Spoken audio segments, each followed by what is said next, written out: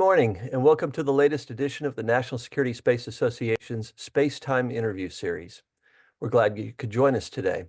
My name is Chris Williams, and I have the honor and privilege of serving as chair of the Moorman Center for Space Studies, NSSA's in-house independent think tank. Speaking of the Moorman Center, I hope you had a chance to review our most recent publication entitled Dynamic Space Operations, an Overview and Assessment, which was released on April 2nd. In addition, the center will soon publish a paper on options for responding to Russia's space-based nuclear ASAT system, so be on the lookout for that as well. As a brief reminder, our next Space-Time interview is scheduled for this Thursday at 9:30 a.m. and features Dr. Didi Kuo from the National Reconnaissance Office. Unfortunately, registration is closed, but we look forward to having you at one of our future classified or unclassified space-time events.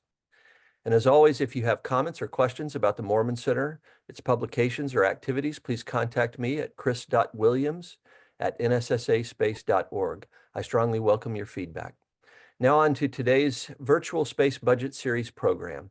We are absolutely delighted to once again welcome two noted experts, Mike Tierney from NSSA and Todd Harrison from the American Enterprise Institute, to assess the President's budget request for fiscal year 2025 for the Department of Defense. Their mastery of the details and the broader trends in defense spending and spending on national security space systems in particular is noteworthy. Thanks to you both for joining us today. Before turning it over to Todd and Mike for their presentations, I'd like to reiterate that this forum is for you, the viewer. While I may open up with a question or two, please feel free to submit questions via the Q&A button at the bottom of your screen. I will seek to get through as many of your questions as possible in the allotted time. Gentlemen, thanks again for joining us today. And without further ado, I'm pleased to turn the mic over to Todd Harrison, followed by Mike Tierney. Todd, great to see you again, and the floor is yours. All right, thank you. Yeah, it's glad to be back here. And we're going to do the usual run of order with Mike and I. I'm going to start with kind of the big picture, macro defense budget, looking at PB 25. And then hand it over to Mike to go into the details of what is in there for space in that budget request. So if you want to follow along, I'm going to be going through some interactive charts here that are up on the web. You can find them at defensebudget.aei.org. If you just go to that website, you can click through the charts yourself as you'd like. Starting out big picture, I always like to look at this chart. This shows the defense budget adjusted for inflation to FY25 dollars in the columns here. And the lines here show end strength, active duty end strength there in purple, along with the civilian end strength and the Guard and Reserve. What jumped out to me as soon as this budget request was released, I looked at the active duty end strength number. It fell below 1.3 million. So it's 1.27 million this time.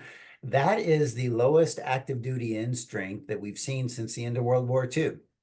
You have to actually go back to before World War II to see a time when we had a military that was this small.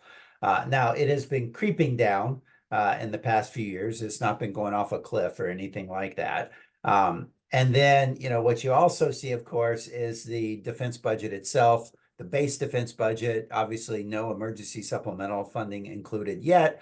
It is near the highest it's been since the end of World War II when you adjust for inflation, right? So this continues a trend that's been at work for a long time. The budget going up, size of the force flat or trending down.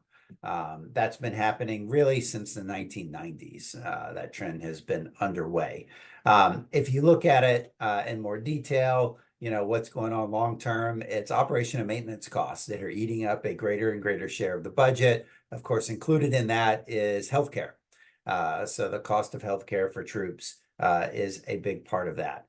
And I also, of course, like to look at the 5-year projection, right?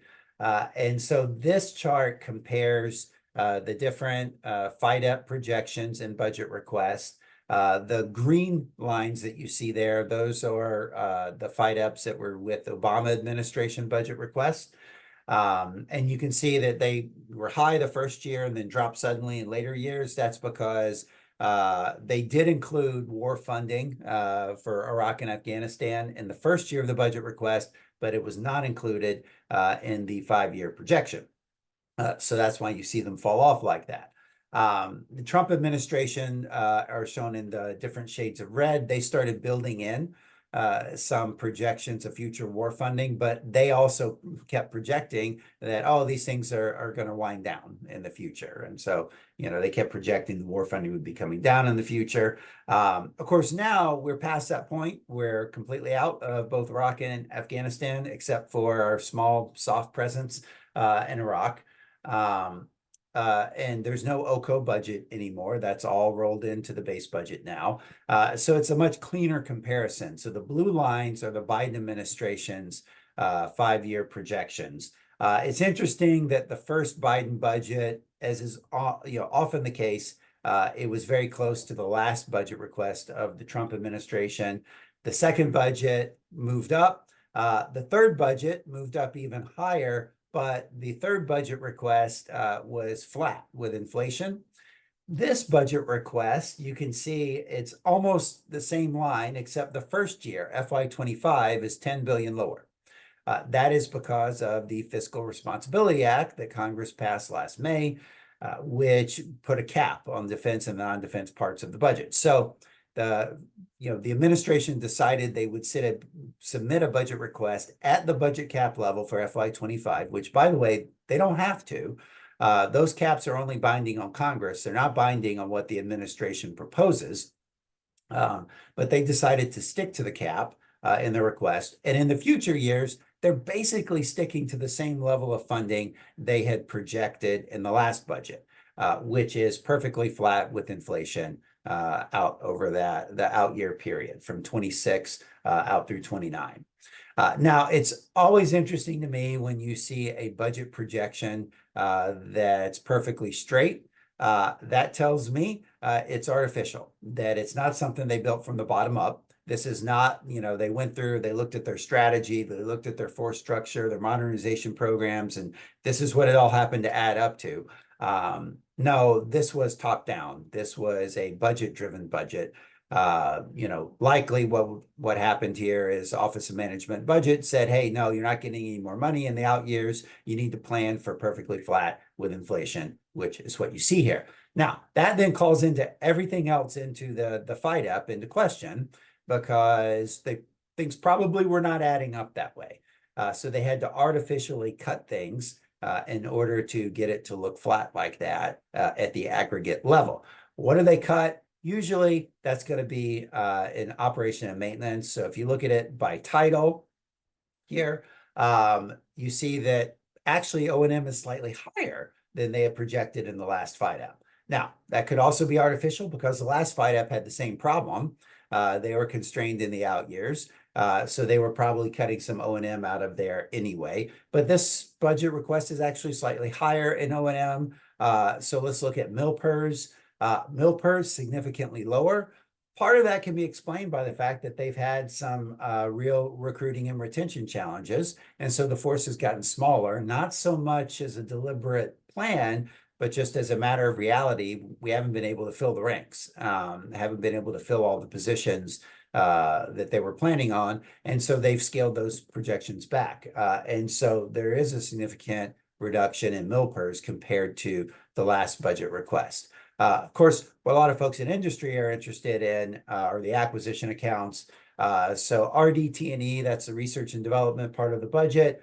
It is slightly lower than the previous projection, but like the previous projection, it is projecting down over the next 5 years. I don't know that this is realistic, right? I look at this and I say, okay, this would suggest that you must have a bunch of R&D programs that are coming to a conclusion, and they are transitioning off into procurement over the next 5 years. And if you look at a lot of the individual programs, there's some of that, but not a lot. You see a lot of big programs that are ramping up and continuing. So what that suggests to me is that maybe where they took some of that money is by not putting money in R&D in the out years for programs they know they're likely to start, but they haven't started yet, so they don't have to show it yet. and so the money is not reserved for it. The consequence of that, of course, will be that when it comes time for PB26, if you have not already put a wedge, a placeholder in the out years for your program, for your new RDT&E activity, now you got to go find that money somewhere, right? And so that's going to be more difficult for those new programs in the future. And then let's look at procurement. Procurement is down in the first 2 years relative to the last FIDEP, and then up in the later years. So what that suggests is they're delaying some procurements. They're pushing things out into the future in aggregate. Of course, we do see that in some things like in shipbuilding accounts. One of the cuts that we saw was Virginia class submarine. Instead of buying 2 per year, they're cutting it back to just buy 1 in FY25. We see some other surface ships as well, getting cut in the near term, and that de facto means they're getting pushed out into the future. But I think the most troubling thing I see in here is the projected decline in RDT&E that they're sticking to in those out years. I think that I do see some inconsistency between that and the overall strategy. And before I hand it over to Mike, I want to talk a little bit service by service. So let's compare the FIDEPs for each of the services between PB25 that just came out and the previous budget, PB24. So the Air Force, you can see here over the FIDEP, it's actually getting more money in the out years than was previously projected. It's slightly lower in FY25, but it's higher in the out years. So the Air Force overall seems to be winning. And remember, again, the top line's flat in the out years, right? So this is a zero-sum game. But the Air Force getting more in the out years. The Army is flat with last year's FIDEP. So it is pretty much sticking even in those out years. It's down slightly in FY25, but pretty much even in the out years. Defense-wide was a bill payer. It is lower in each of the years over the 5-year projection.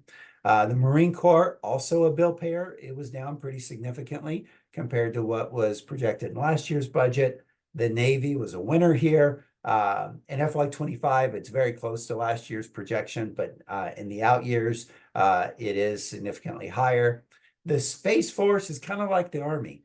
It is very close to last year's projection. There was a lot of talk at first when the budget came out because people like to compare, the new year of the budget to the previous year, which of course hadn't been appropriated yet. But compared to what was requested for FY24, the Space Force is down in FY25.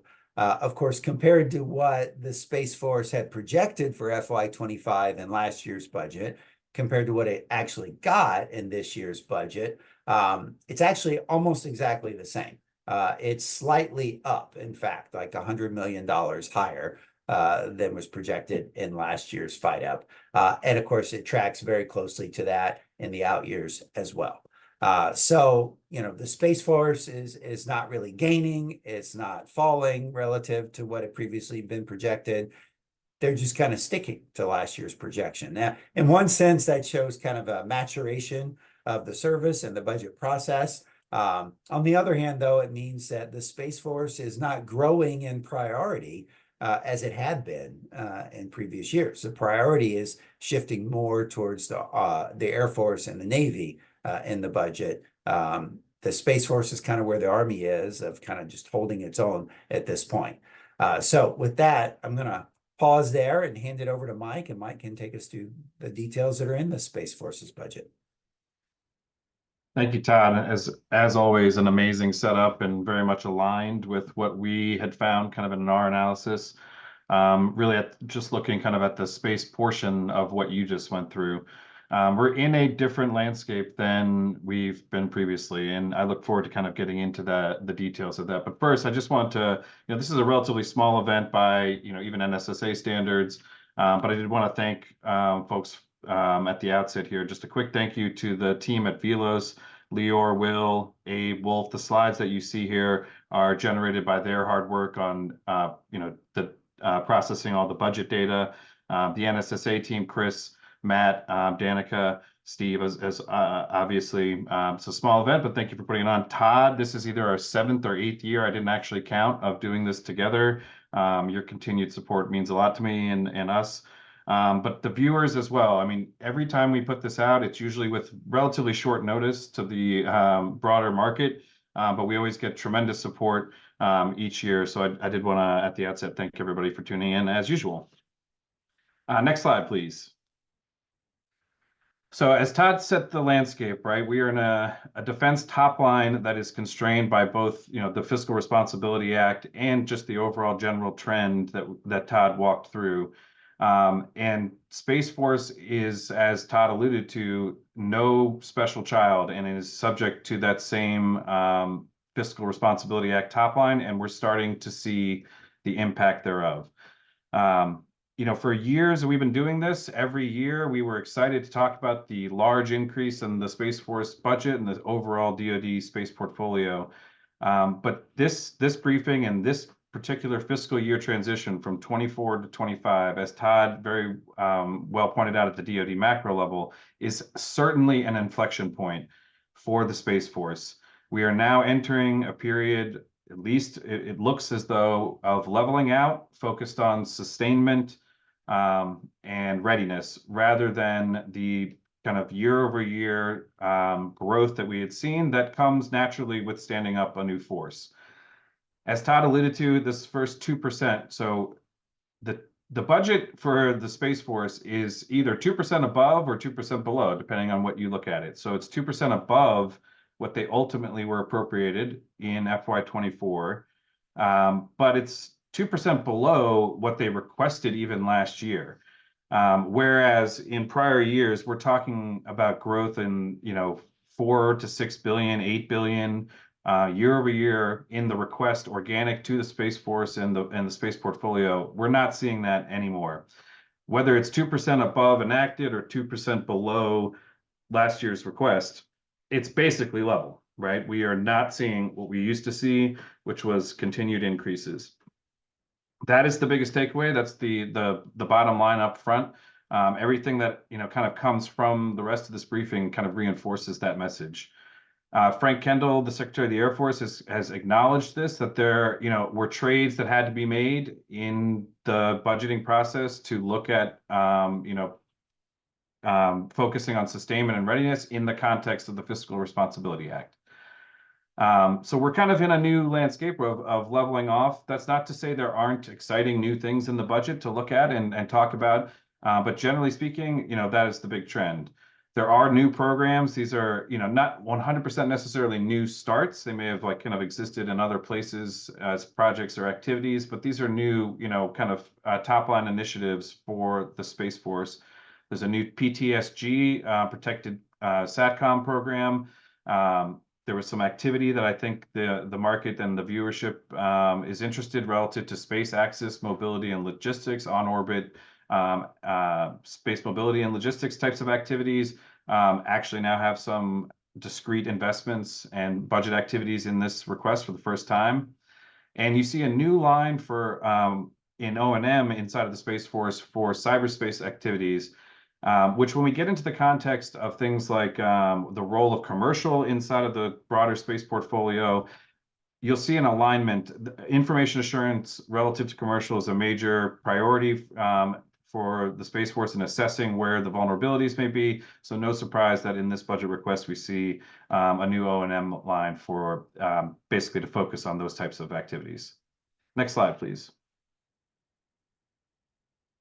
So this comes from the Department of the Air Force's briefings, and it just kind of underscores, quickly that this is a budget about sufficient sustainment funding. This is not a budget that they even talk to about really kind of developing future capabilities and developing the next generation of warfighting capabilities. This is about sustaining this particular force, maturing it, as Todd said.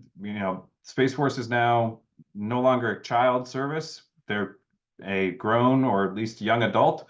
And so they're being kind of treated as such, where the focus is now not about transitioning, programs from other missions, from other services into the Space Force, but really kind of sustaining and developing the capabilities they have to be ready to fight the threats that they see. Next slide, please.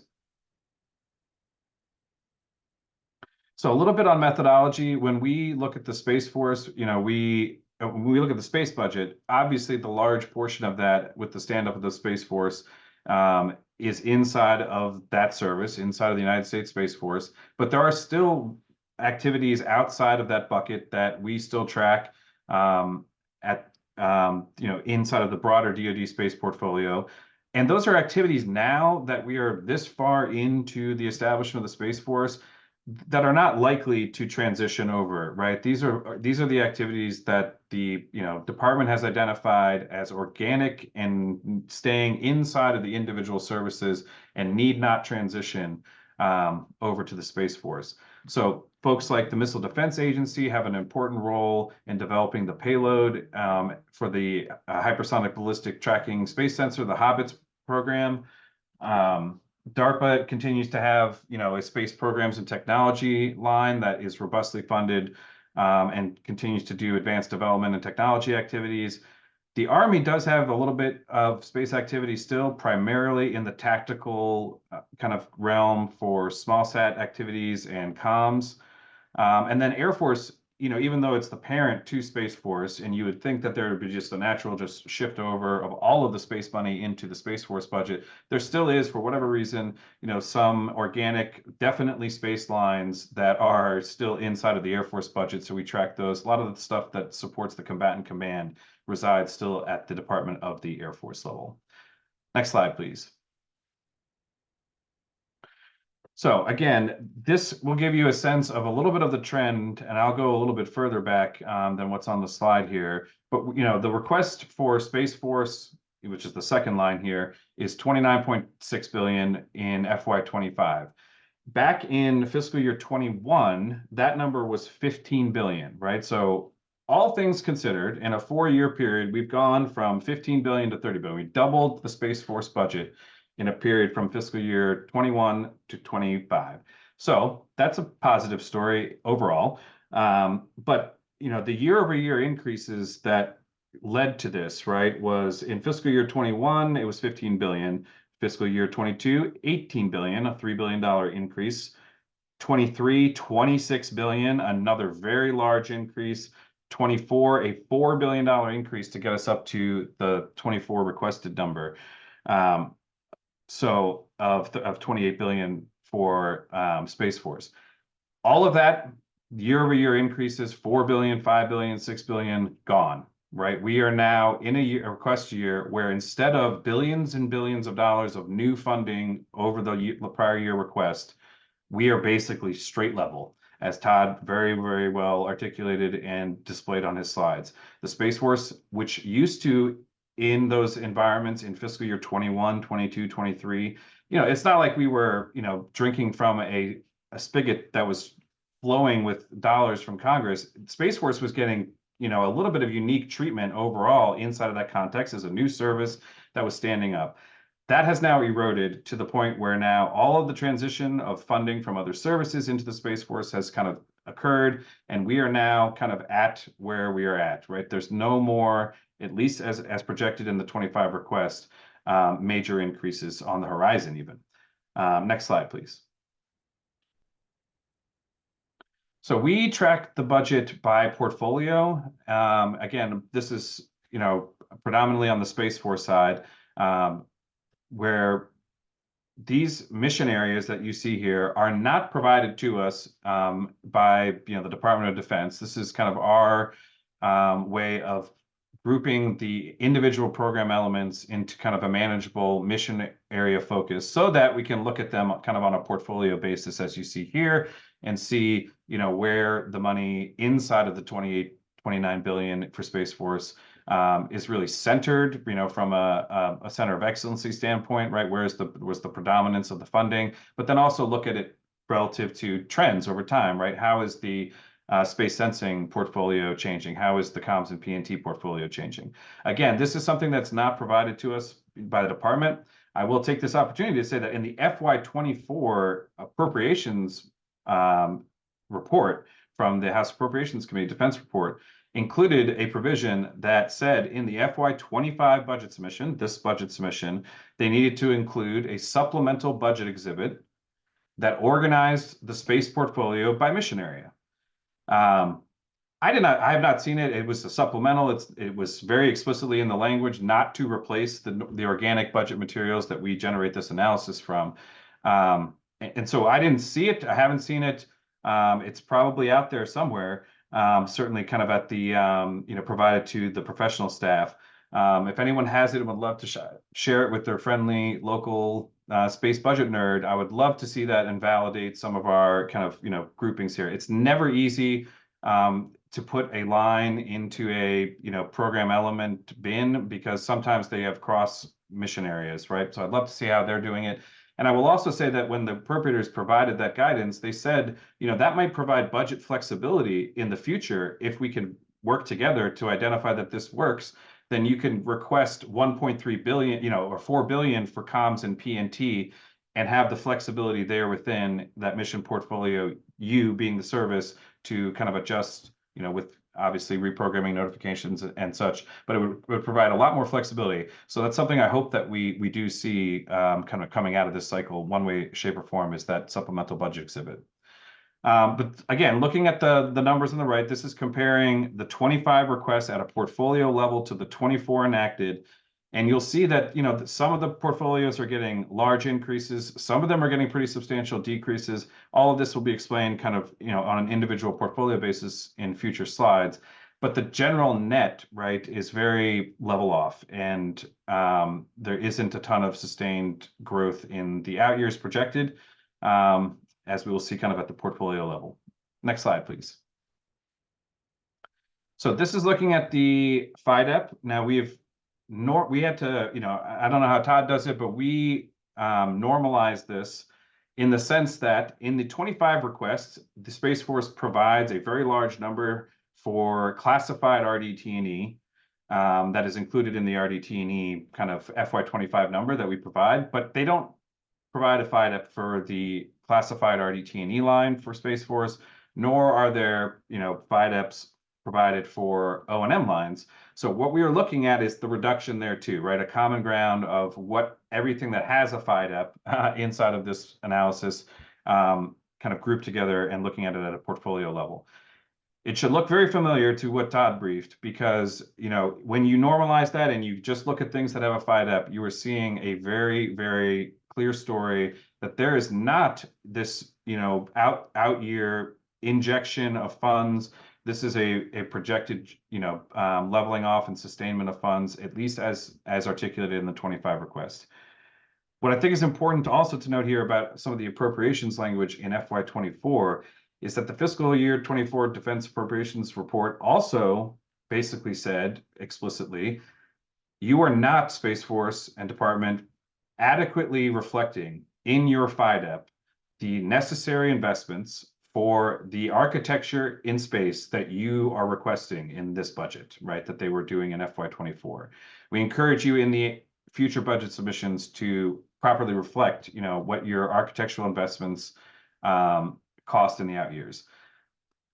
Based on Todd's analysis, based on what I'm seeing, that has not been reflected here, right? If those, and I have to trust that, Bill Adkins and the other appropriations professional staff are getting these staffer briefings and seeing, on the programmatic level, the architectures and the development that they see, and they are just comparing that to what they see in the budget and see a disconnect between what's in the budget and what they're being briefed on kind of at an individual programmatic architecture level. So that, I think, on the one hand, either this has been sandbagged to a certain degree, and that there are future out year RDT and investments that support that architecture as kind of articulated and indicted to a certain extent by the Appropriations Committee, or it's kind of the broader point that Todd was making, that the constraints being provided at the DoD top line by the Fiscal Responsibility Act, the overall general service DoD trend is constraining the out years for Space Force, development investments. Next slide, please. So again, looking at these same numbers, this is, to show you compared to what they said they were going to do in fiscal 25 last year, right? When the 24 budget came out, that is the dotted line, and the solid lines are the current year FIDEP, right? The projection from 25. And you'll see, as Todd, articulated, generally speaking, these deltas are very minimal. But last year for the RDT&E account, right, they had a FIDEP that over time was a little bit larger than even this year, and you saw it kind of, grow over time. This, as Todd kind of alluded to, very, very flat, and kind of takes away some of those gains on the RDT&E side, and overall, is a flatter and smaller FIDEP top line across the next 5 years. Next slide, please. This is the same kind of data, but at the portfolio level, right? So where you're looking at where the Duke only at, the FY25 here, or at the portfolio level, which ones in this request got a little bit more funding or a little bit less funding than they had expected to. And at the portfolio level, we kind of walk through, where some of these deltas are attributed to. Next slide, please. So now we get into the kind of individual portfolios. Space Development Agency is always my favorite one to start with. It's just an incredible story. It started as just an idea. It had a lot of friction and not a ton of traction at the beginning. And now we're talking about a FIDEP that has, 20+ billion over the FIDEP. There's no stopping SDA in terms of the trajectory that it's on. It's at the nexus of a lot of other interesting issues, things like budget fidelity, like I just went through, in terms of whether or not this FIDEP you see at the bottom of your screen is truly reflective of the architecture that they're describing.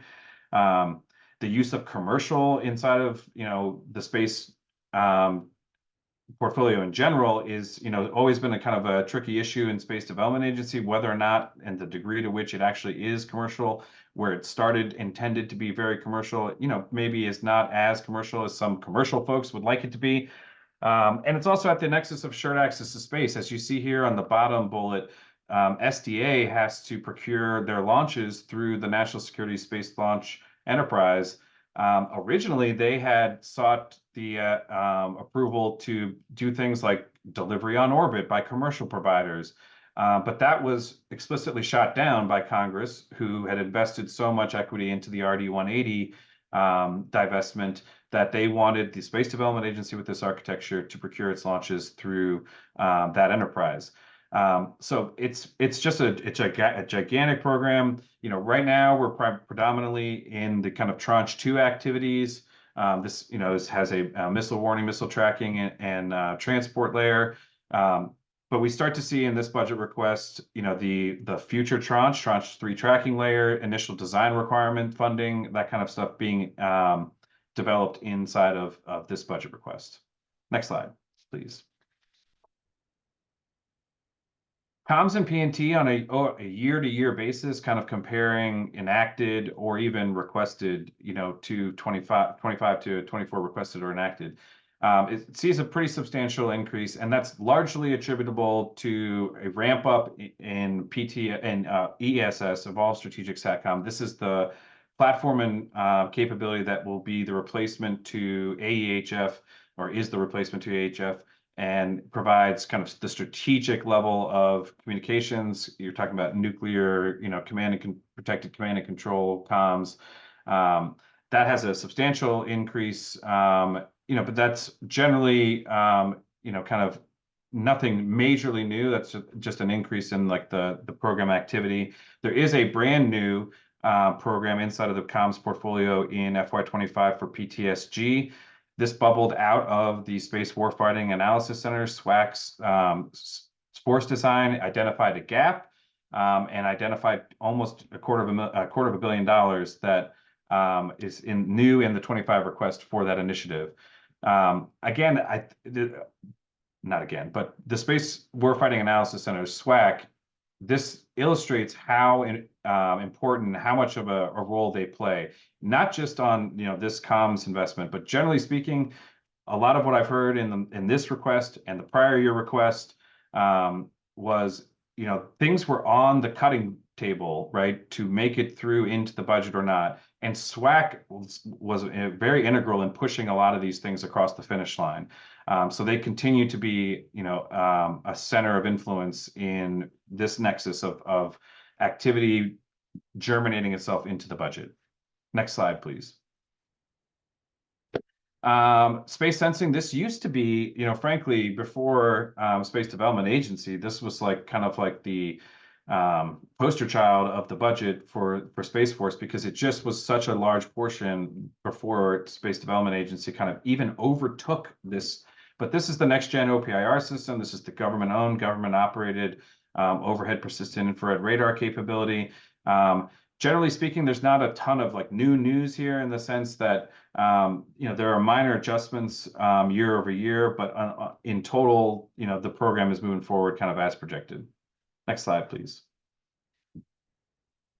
Assured access to space covers both the National Security Space Launch Enterprise. Again, these are our mission portfolios. We choose to group things like the National Security Space Launch Enterprise, which provides very heavy launch and big launches for big missions, in the same bin with the smaller launch programs like Rocket Systems Launch Program and Tactically Responsive Space. The takeaway on the year-to-year decrease is last year they procured 10 launches overall. This year they're procuring 7, so you see a big shift in the total overall funding. But one of the things that I wanted to highlight here as a new activity, as I did at the outset, is that there is this on-orbit servicing, mobility, and logistics line, which very explicitly talks about leveraging commercial capabilities and commercial off-the-shelf systems with minor modification to explore the utility of that ecosystem of commercial investment for military application. So that's a positive. I will note that it's $20 million, right, out of a very, very large portfolio. And that's generally speaking what we see, right, is little bits and pieces of, well-intended, genuine efforts on commercial that are, a small fraction of the overall organic government owned and operated enterprise. Next slide, please. I do want to if you can go back real quick, Matt, sorry. Tactically Responsive Space, which was originally a congressional initiative, then found its way into the budget to provide small launch, responsive launch missions. This is something that has now really kind of solidified itself into the department and inside of the Space Force budget, where it has actual missions associated with it. They briefed the Hill on the Victus Nox mission, which was the one funded by prior TAC-RS funding, and now they have 2 more Victus missions funded in this budget. So you see a transition from a program that was kind of not necessarily forced upon the department, but made a congressional priority through direct congressional appropriation, that has now transitioned into the department and now has kind of sustained funding. I don't know that there's a robust FIDUP for that program, but it does have new missions and they didn't walk away from it. Next slide, please. Sorry. Advanced R&D is our kind of catch-all bin for all of the different activities that maybe don't fit naturally into one of those prior mission areas, or does a lot of the cross-cutting mission work. There is, again, another activity here that I know that folks in commercial are always looking for the military applications for, which is cislunar SSA. So there is, some cislunar activity inside of the budget. It comes in this advanced R&D portfolio. And generally speaking, this is a portfolio that, the FIDUP here, where it declines, may be an area where you see a lot of the gains remade in terms of future FIDUPs, not necessarily reflecting that and being higher, as individual year investments tend to bump these up. These are a lot of 1-year, 2-year projects, not necessarily long-term RDT&E efforts that would be more naturally in an organic mission line. Next slide, please. Space domain awareness and combat power. And again, just a note here on our mission areas, space domain awareness and combat power is aligned to the Program Executive Office at SSC. So what we tried to do is, take those SSC PEOs, the Space System Command PEOs, the acquisition agent for the Space Force, the way that they bin these missions and lines inside of their own org charts and responsibilities is to group things like space domain awareness and combat power together. So we do the same. Space situational awareness, it has a suite of both terrestrial radar capabilities that look down from Earth out into space, And then there is also a space-based capability that is a joint mission with the NRO, and those continue to progress in terms of their development cycle. There is, not a great story in here from a commercial perspective. There was a new initiative in FY24 inside of the Space Situational Awareness Operations line that was called Commercial Data Buys Beyond Protect and Defend. That actually gets less funding this year than in prior year fundings because of, quote, higher Space Force priorities, never what you want to hear. And the Unified Data Library, which is where a lot of the commercial SSA providers, space domain awareness providers, space situational awareness providers inject their data into, also saw a decrease for, quote, fewer planned new data connections. So that's an area where I know that industry is, very sees an opportunity for the department to make greater leverage of commercial capabilities that are out there in the market existing, and we're seeing not necessarily in this budget, an embracing of that. Next slide. Battle management, command and control is, kind of the ground suite of activities. So a lot of the, ground-oriented operations, things like enterprise ground services are funded in this mission portfolio. There is this interesting software development activity that, moved around in the budget. It's not brand new, but they put it in this line called Space Domain Awareness Planning, Tasking, and Software. So it's looking at machine-to-machine interfacing. They're starting at the space domain awareness kind of level, but it's very much articulated in the request to be kind of the first step to applying the technology developed at a command and control ground level in the context of an SDA mission, and then use it to apply to other missions as well. Next slide, please. Organizational investments cover things like SWAC. Like I said, SWAC has continued to be a major player in terms of what gets through in the budget. Where does this architecture look like it's headed from an operational standpoint? What's needed? Where are the gaps? It was, it has a year-over-year increase and is robustly funded across the FIDEP. It's an area that is definitely an area of influence and power inside of this Space Force budget ecosystem, and they'll continue to play an important role moving forward. I think that was the last one. It was. So with that, Chris, I'll hand it back to you for any questions you have or questions from the audience. Fantastic presentations by both of you. I know it takes a lot of time to pull all the material together, and I just want to commend both of you again. World-class analysis. I'll start off with a couple of questions, and let me pose this one to you, Todd. What's the impact of inflation in this case? Likely to force even tougher decisions among competing programs and priorities. How do you see inflation affecting the trade-offs that were made in the budget and going forward as well? Yeah, no, that's a great question. And to put a finer point on it, it's really the difference between what they are planning for inflation versus what inflation actually ends up being. That's where you end up with a problem. So in the past couple of budget requests, the administration has been, arguably somewhat optimistic that inflation would come down faster and get back to the historical norm of around, 2.1, 2.2% annually. And that did not come true in previous budget requests. So that erodes the purchasing power that was in those previous FIDEPs.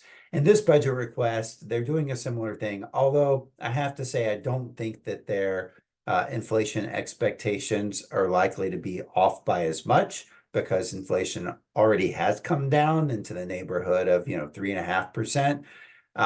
So it's not that big of a stretch to think that a year from now, it could be running at closer to 2.2%. So, I think that there's less risk from that going forward, but that could all change if we do see inflation really, tick back up and get out of control again. So I think that the worst is likely behind us, but the effect is it erodes the buying power of DOD's budget. I mean, the whole federal government's budget, but applied to the Space Force as well. Now, when we see inflation, like if you drill down into specific programs within the Space Force, you don't always see it right away because that inflation creeps into other things that only indirectly come back to hit the Space Force. Of course, most directly, you'll get it in terms of higher personnel costs for, military and civilian personnel. They're going to get higher pay raises than they normally would. That has a delayed effect because, they're going to get I think it's a 5.5% pay raise for the military in FY25. That is because of inflation in prior years.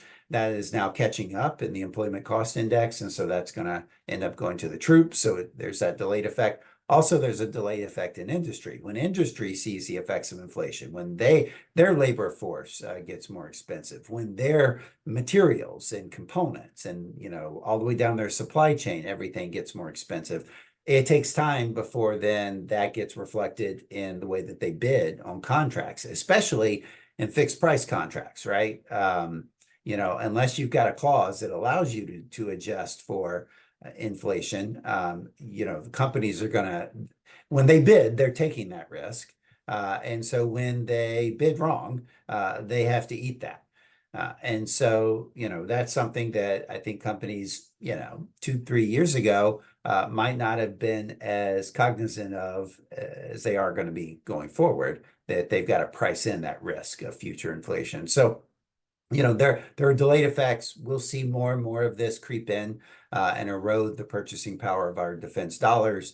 But again, it is a delayed effect. It's going to be gradual, but I think we're probably through the worst of it now. Thank you. And I want to ask both of you to comment on the following question, which is, Mike, in particular, your presentation noted that there may be a growing disconnect between the rhetoric in support of leveraging commercial capabilities and the reality of what's actually in the budget.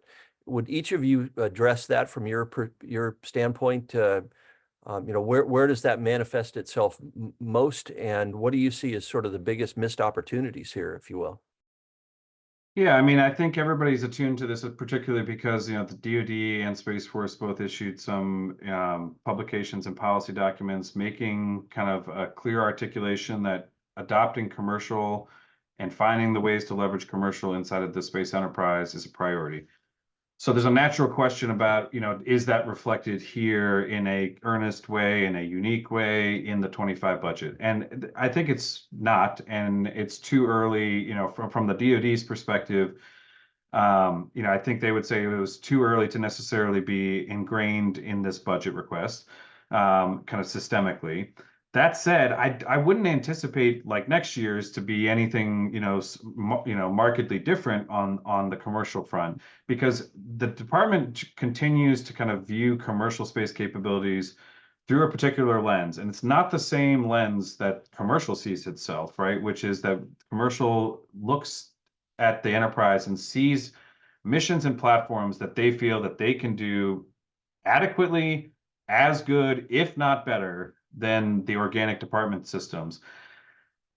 But the department doesn't really view that as a legitimate, off-ramp, right? The department always views commercial capabilities kind of in the lens of a supplement, a addition to the organic capabilities. And certainly they are exploring ways where they can make greater leveraging and use, but they always do so, through this information assurance and cybersecurity lens, which obviously they have to, and they need to be very sensitive to. But it creates this disconnect in my mind between what commercial sees as its role could be and where DoD has it. The distance between those two parties in terms of that vision, I think, is still very large. It's getting better by the day with the publication of these policy documents. I highlighted a couple of new commercial activities, but again, those are like tens of millions of dollars in one or two areas.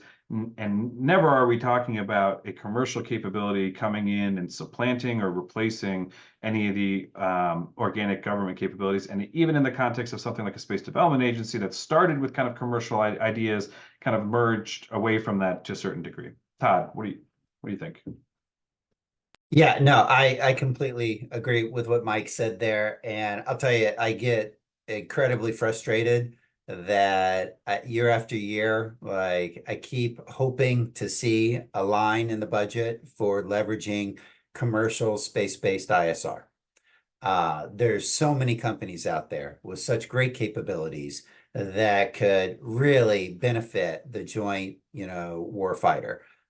These are capabilities that the COCOMs have been nibbling at and going out and contracting for on a piecemeal basis, a little bit here, a little bit there. But this should be the Space Force's job, is to be the central clearinghouse to connect the combatant commands to these existing commercial capabilities.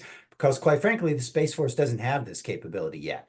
They're talking about things like, GMTI from space in the future, space-based radars, stuff like that. But the Space Force doesn't really do space-based ISR right now, and on a tactical level. But there are companies that are doing that, and it's just not making it to the warfighter in a large way. If I could share my slides again here, show you another example of where DOD is, or the Space Force is just kind of like dipping its toe in the water of commercial. As Mike alluded to here, this is RDT&E. I'm going to filter it down to just the Space Force. So these are the Space Force's largest program elements over the FYDP. This is their total funding projected over the FYDP year by year. The first two, of course, are SDA funding lines, and then you've got other SSC funding lines. If you keep rolling down, keep going, and you keep going, you get down to where it's rounding off to 0.0 billion over the FYDP. Rounding off to that, you see space access, mobility, and logistics. If I click on that and then click details, it'll show you that detailed page out of the budget justification books. And here's where they're doing some experimentation for rocket cargo. So that's like space lift and space access, mobility, and logistics. But you see, like, this is just $4 million and $16 million respectively. And importantly, no projection over the FYDP. So like they're going to experiment a little bit, but they have no plan for whether or not they intend to use this in the future. I think what folks have got to realize is, what is the signal that you're sending to industry? What's the demand signal? The strategy documents are nice. That's a lot of words, but words don't actually support business plans. What they actually need to see in industry is that there's a market for what they're developing or what they're considering investing in the development of. This is saying, we're not so sure that there's a market. And so what do you expect the investors to do? It's highly risky to invest in something where the customer is saying, yeah, we'll give you a little bit of money right now, but we're not committing to anything else in the long term. I think it's really a continued missed opportunity that the Space Force is not leaning into all of the great capabilities and advantages that are out there available for the warfighter, if they would just step in and be that matchmaker and help those companies actually get capabilities into the hand of the combatant commands sooner, rather than waiting on some of these government-owned, government-operated systems, which inevitably will need, but those are going to be years and years before they actually are fielded and are operational. Yeah, that SAML line is particularly frustrating to me because, and it speaks to the dynamic that you started with, right? Because I'm not sure that that is really accurate. I don't know that they are going to walk away from that line, just like they didn't walk away from the TAC-RS line, which they've now funded in subsequent budget years, year after year, despite never really having a FYDP loaded. So that's that disconnect that we were talking about earlier between the FYDP, and to a certain extent, some of that's something that they can't control, right? Relative to the constraints that you talked about, relative to the Fiscal Responsibility Act and the overall DoD top line. But the market signaling that you're talking about, Todd, is what I think is so important. You need to be able to communicate to your commercial partners that they have viable investment opportunities here in order to be taken seriously in terms of the rhetoric over. And just one additional question on this topic. It was announced that the new commercial space office at Space Systems Command, led by Colonel Rich Nisley, would have an FY25 budget line, a separate PE for these activities. Did you find a line for that, or what funding do you see for that activity? I did not. This was asked to me, I think, in another context as well, and I went looking for it. You know, the story behind that line is the commercial SATCOM integration line, which does exist. The language in that justification largely talks about the role of Cisco, the commercial services office that you're referring to at SSC, because that is the entity inside of SSC that managed that commercial SATCOM integration activity. And there is also, in parallel, a lot of discussion that we heard that role of Cisco would grow beyond just communications, right, and SATCOM, and be applied to other mission areas. So I went looking for it. I may have missed it, but what it looked like to me was that commercial SATCOM line still exists, kind of with the same general scope, with that addition. I think when we will see that change is potentially when that line gets a new title with new scope and new funding, or they just create a new line and move that funding over into that new Cisco line. And Todd, do you have a comment on that? Yeah, no, I see the same thing there. And you know, sometimes you hear leaders in the Space Force act kind of confused when people say, oh, you're not really, you know, leaning into commercial like you could. And they're like, oh, but we do tons of commercial. Well, yeah, in the traditional areas of SATCOM and launch, you've been doing that for many decades. What we're talking about leaning into commercial is the new stuff that's happening in commercial. And a lot of it is in other mission areas, other than SATCOM, other than launch. What are you doing in those mission areas? And that's where coming up short in the budget. And, you know, the Commercial Space Integration Office, they're just doing what DISA always did, and leveraging a lot of DISA people to do it. So what's different? What are you actually doing new? And that's where I think the Space Force has fallen short of expectations.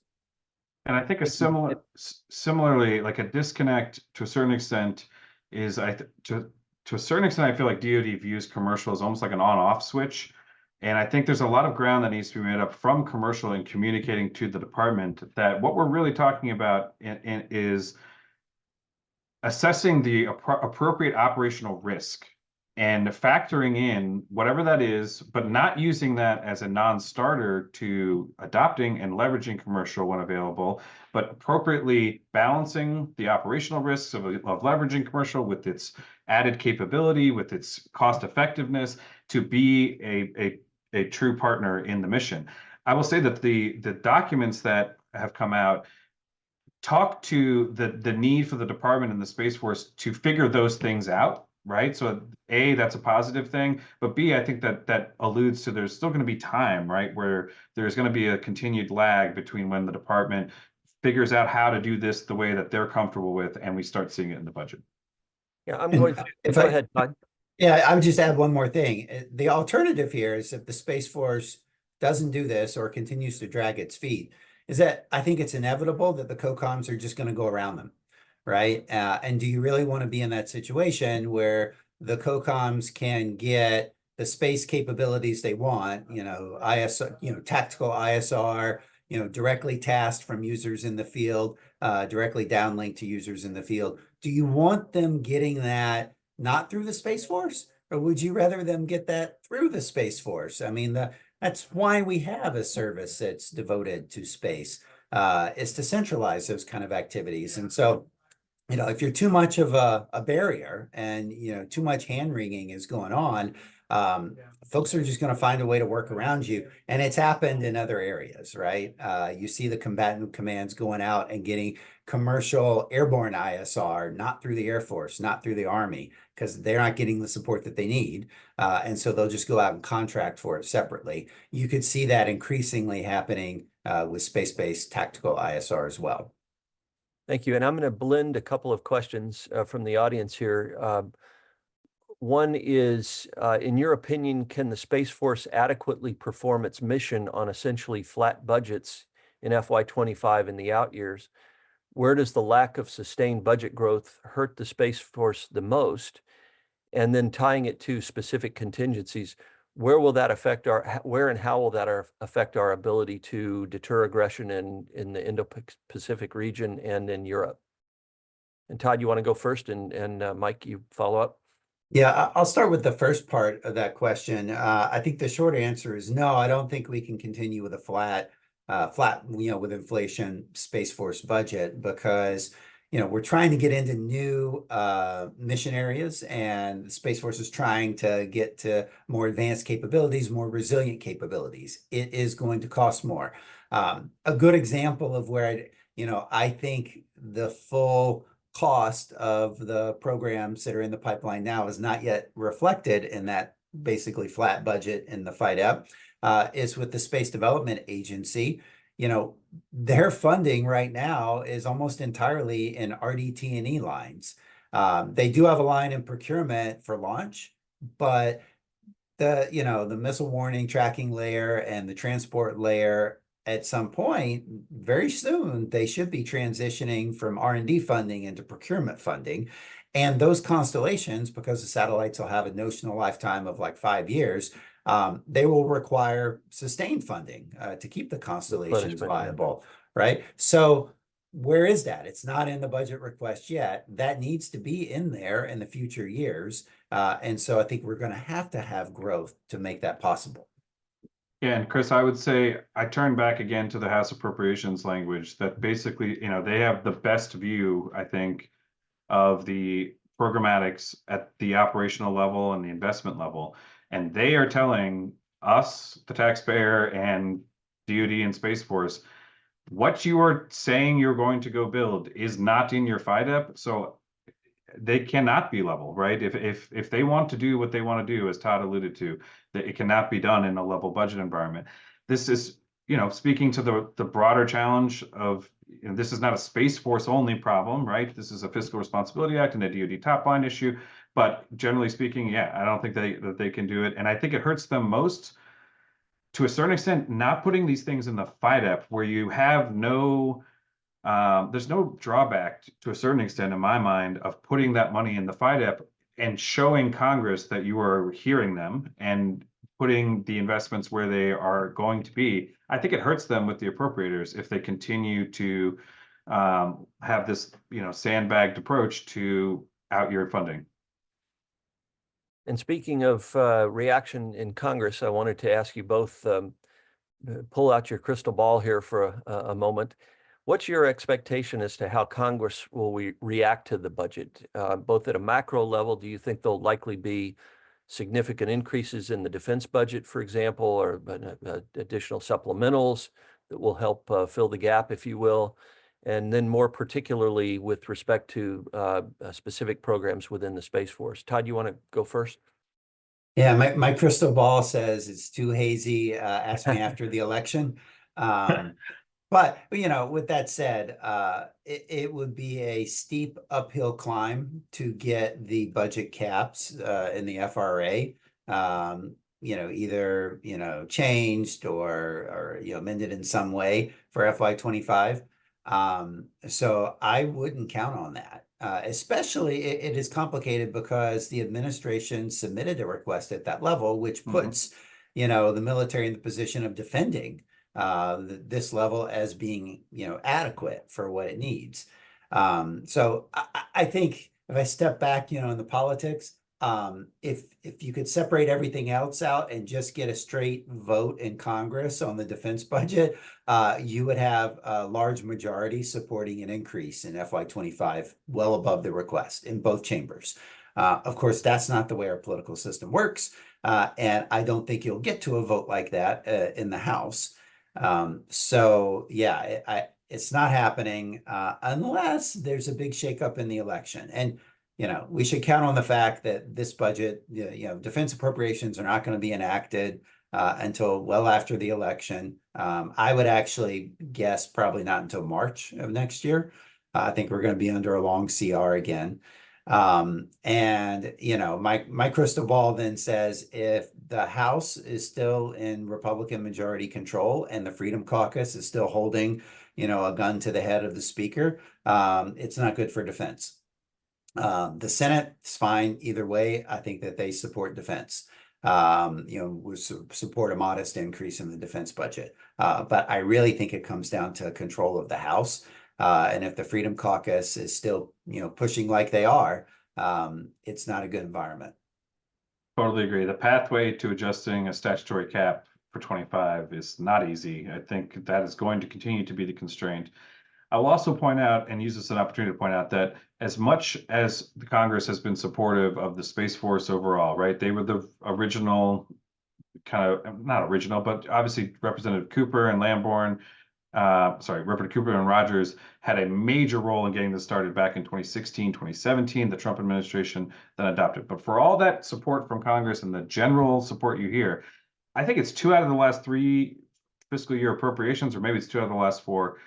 Congress has provided less than the request for the overall space portfolio, right? They did it last year where they didn't even give them what they asked for. And I think they did it maybe 2 or 3 years before that as well. So there's no guarantee, right? Especially in this constrained fiscal environment that somehow space, you know, gets out scot-free and we get an increase over the request. Especially in this kind of new environment of this, you know, leveling off, I think that there's every reason to believe that PBR or lower is probably more than 50-50 likely. Well, thank you very much. I think we're just about out of time, and wanted to say to both you, Todd, and you, Mike, keep up the great work. This is incredibly valuable information for me, for the viewers and defense industry, the commercial sector, others more broadly. So keep up the fine work. I'd like to also thank Matt McNitt, who always does a fantastic job in orchestrating these events. Those of you who may not know, Matt is getting married soon, so everyone please wish Matt a happy wedding and a wonderful life together with his soon-to-be new bride.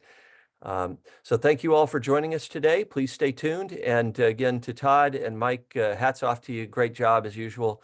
Look forward to having you back again soon. And everyone have a wonderful day. We appreciate your time. Thanks for joining us. Chris. Thanks, Todd. Thanks, Chris.